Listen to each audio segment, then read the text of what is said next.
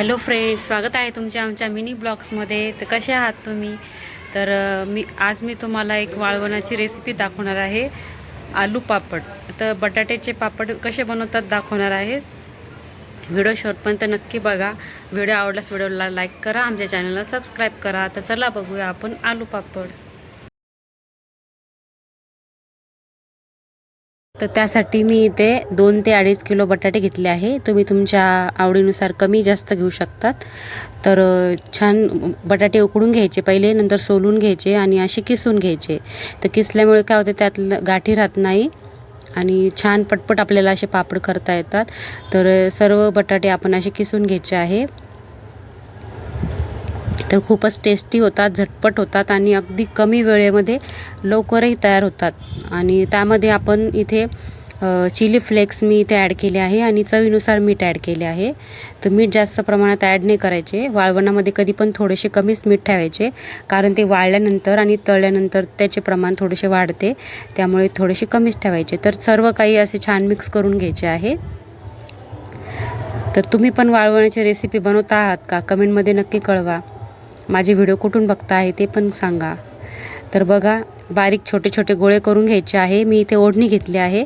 तुम्ही पानकापडही घेऊ शकता किंवा साडी.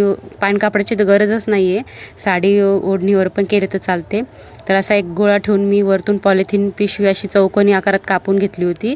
तर याला असा ताट ठेवून मी आकार दिला होता. थोडेसे जाड असले की आपण हाताने थोडेसे वळून घ्यायचे आहे. थोडेसे पातळ करायचे, जास्तही नाही पातळ करायचे, नाही तर त्याचे तुकडे पडतात. बघा, या प्रकारे वाळल्यानंतर बारीकच होतात ते. तर किती इझी निघतात आणि खूपच सोपे आहे पापड. तुम्ही झटपट कमी वेळेमध्ये करू शकता. नक्की ट्राय करा घरी. तर एक एक करून असे सर्व पापड आपण तयार करून घ्यायचे आहे. खूपच इझी रेसिपी आहे आणि टेस्टी पण खूप होतात.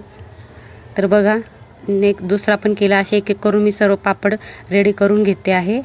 आणि एक दिवस पूर्ण उन्हामध्ये मी वाळवणार आहे. कडक ऊन आहे, त्यामुळे एका दिवसामध्ये लगेच वाळतात पापड.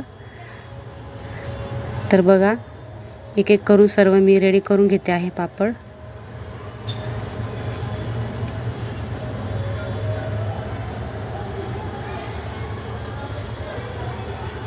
बघा, रेडी आहे, आपले सर्व पापड झाले आहे.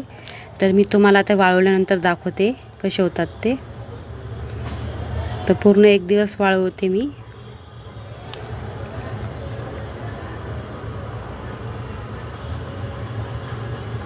तर वाळवल्यानंतर बघा, दुसऱ्या दिवशी बघा किती छान वाळले आहे पापड. तर खूपच टेस्टी होतात.